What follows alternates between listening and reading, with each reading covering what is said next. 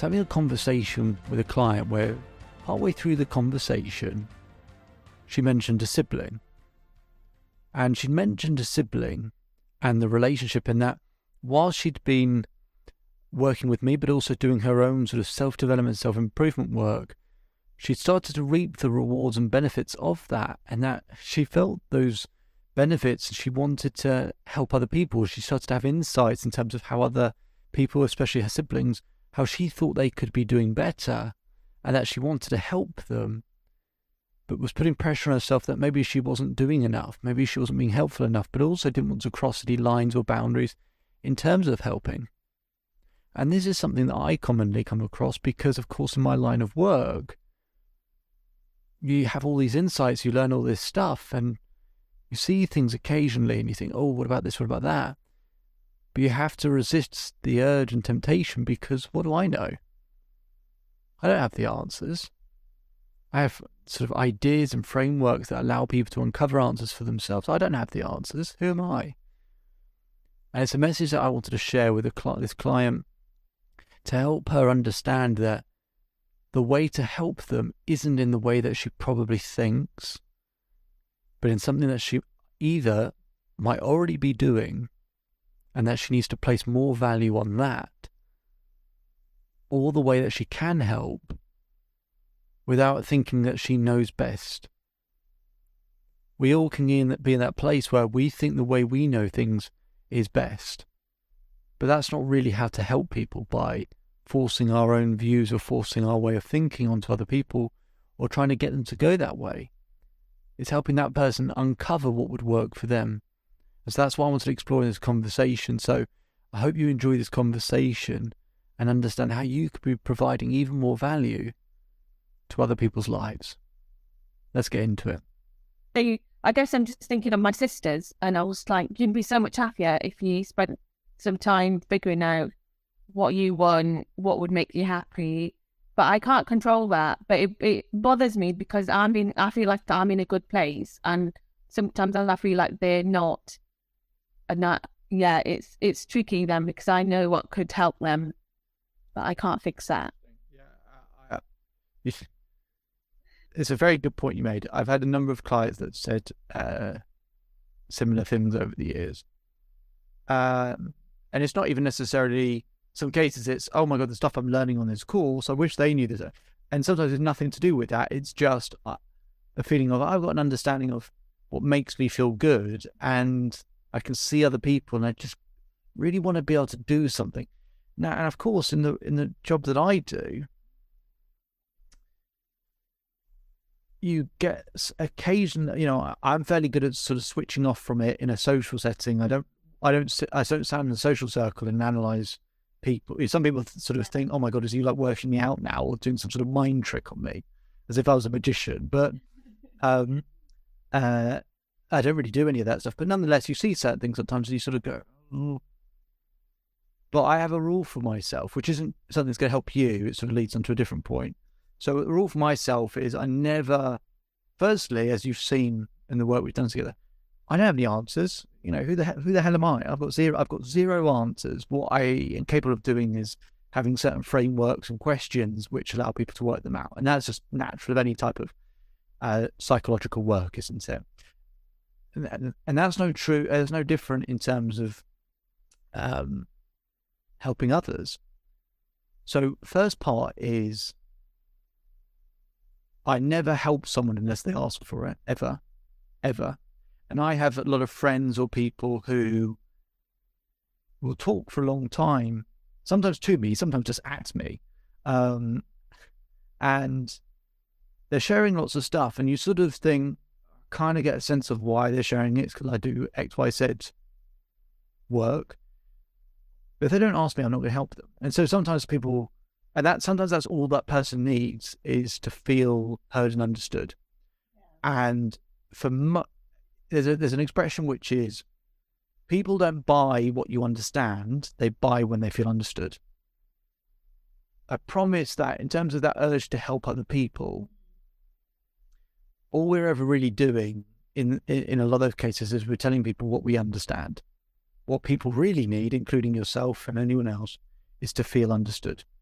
Yeah. And so with your sisters, no doubt you do what the most beneficial part, without question, more beneficial than any advice you could give them, is that you give them, which I'm sure you do, which is you give them time and you allow them to feel understood. There is nothing you can do advice-wise that is better than that in terms of how they will feel. That's a really good way of looking at it, actually, because what I think they might need is not what they might want or need themselves. So Absolutely.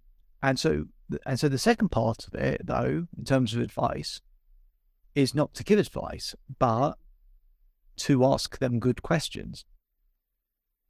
As you're learning, and you would have known this stuff already, but just getting in it's just, there's one thing knowing this stuff, and then it's the practice and the habit of doing it. It takes time, and that's why the full course I do is 6 months, because some of these things, to really start to have shifted our identity and become habitual, to change the habits of a lifetime, it takes time. It does. But similarly, in terms of how I will ask you a question, and you will find good answers, is that nothing is ever intrusive if you ask someone a good question. yeah, You don't have to give them answers because, one, just as I said, I don't have any, like you just pointed out, you don't have any.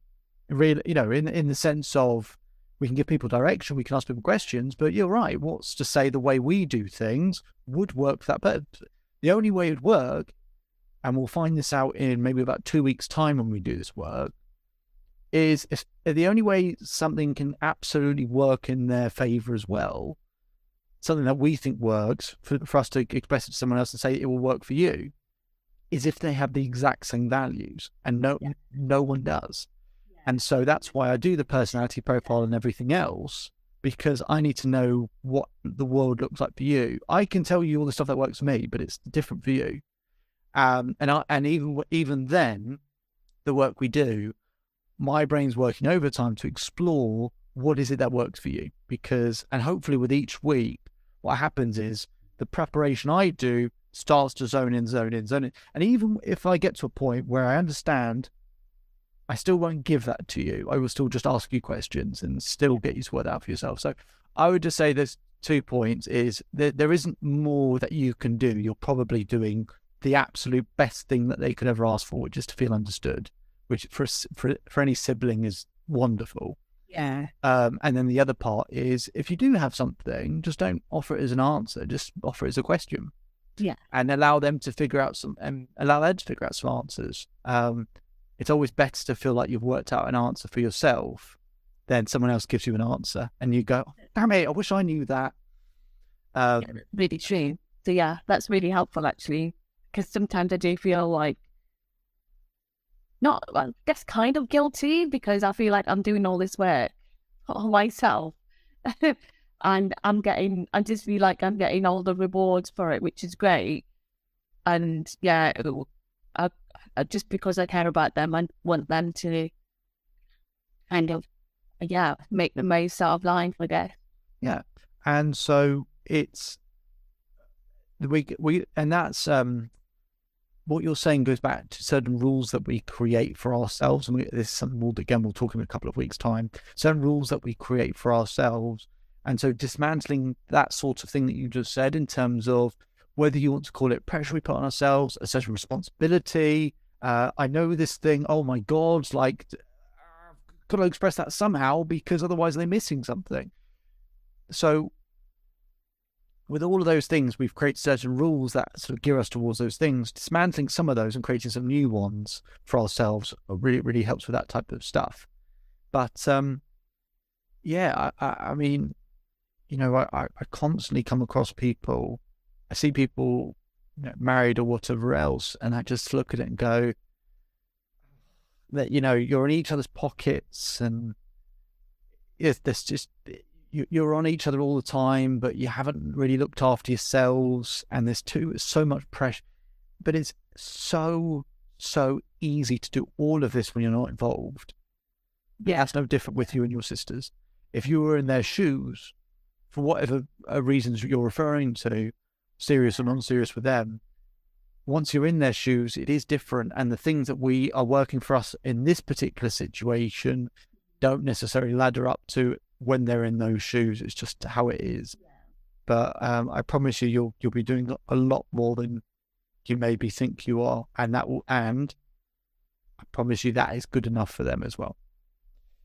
But yeah, it's an interesting thought. But you might pick up some things along this course and find natural ways to introduce them as questions or whatever. But anyway, or in anything else that you study. And of course, because of the work that you do in psychology, you understand how the mind works. So like you, I get that real buzz for it, but I get this real urge of going, oh, there's so, like, I've learned this stuff for a decade, like, and you haven't done any of this learning. Like, it's like your brain explodes because you sort of go, I know there's so much about the human mind to the point I'm a complete nerd about it, and yet you've done no work on this at all. I've got 10 years of experience I could share with you and simplify for. I have all of those feelings all of the time. But then I have to bring myself back down to earth to sort of go, what do I know? Yeah. And also, maybe they don't want to hear anything that I know. So as you heard in that conversation, we don't have the answers. We may think that we do, but we don't. But what we can do for people is something 1,000 times more valuable. Think about in your life how important it is for you to feel understood. You might have used a different phrase for it over the period of your life. You might have thought of more of, I want to be liked by people. I want to be loved by people. I want to be appreciated by people. At the end of the day, we want to be understood. We want to feel important. We want to feel special. We want to feel understood. And that's something we can give people, that they feel understood, and that we're willing to give them the time to do so, for them to feel that feeling. And when it comes to family, sometimes we're just too close to quote unquote help, in the sense of give advice or give an opinion. It just raises the temperature too quickly. We take the relationships for granted. That's why people sometimes seek that sort of seek me out in terms of that neutral position, because it's easier to hear from someone that they're not so familiar with in terms of a family or a friend. And so help people feel understood. But in any context, family, business, intimate relationships, whatever it might be, any dynamic, if the other person feels like you understand them, it's amazing how rare that actually is, that people feel understood by someone. I mean, truly understood. Like, you understand why they are like they are. You understand their feelings and their emotions and the logic and the way that they think and feel. Sometimes it's just understanding that something is important to them, not understanding why or the logic of it. It might make no sense to you whatsoever, but just understanding that it is important. And that we don't sort of criticize it and we don't, abuse it or attack it. We just understand that it is important. And that's really important. But then the other part, in terms of those asking questions, if you want intelligent answers for your life, ask intelligent questions. A lot of us can get round, people get stuck in their life of saying, why am I not good enough? Why can't I do this? Why is this not working out? Why is it taking so long? Why are they being like this? And if you try and force an answer on them, then a lot of people just won't accept it or take it, or they'll put the wall up. But if you help that person, if you ask them a different question, they won't know what's going on. But ask them a good question, intelligent question, they'll figure out the answers. Give them a lot more credit. They're smart, they're intelligent, they're brave, they want to do well, they want to help people, they want to be considerate.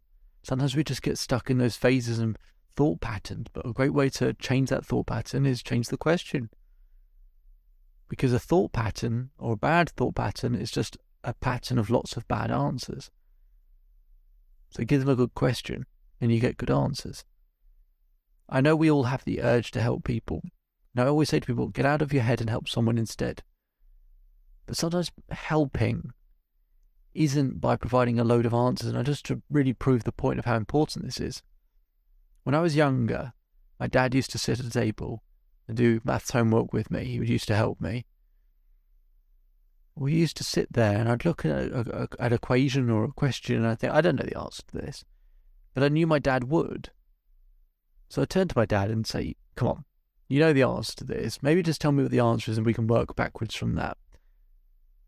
And he just sit there and say, no. He said, we're going to sit here until you can figure out what the answer is. And I got so angry and so frustrated. And I thought, why does he want to just sit here for me to work out what the answer is? Why does he want to sit here and make me do that? And we'd sit there for 3-4 hours and he would know what the answer was. But he wouldn't tell me. He'd make me work the answer out. Again, I was so angry, so frustrated. I get to bed at a ridiculous time. But here's the thing. It made me really curious to find answers, to look for answers. And actually, I'm really proud when I find the answer. And that's true of all of us. I know many of you, not everyone listening will do crosswords, nor do I, but if you just imagine a crossword, you've got one word left and you can't think of what the answer is. And then someone next to you says, that word is dog. And you go, oh, of course, that's the word. And then you're really happy that you finished the crossword for all of 5 seconds. And then you're pissed off that someone else finished the crossword for you. You know what I mean? And you might have your own version of that. We have such an immense sense of pride when we work out the answers. Don't take that away from people. And that's part of the reason why not everyone wants to have the answers. They want to work it out for themselves. But they don't mind being asked a question, a good question. Not a critical question, not a blaming question. Just ask them a good question that helps them figure out some answers.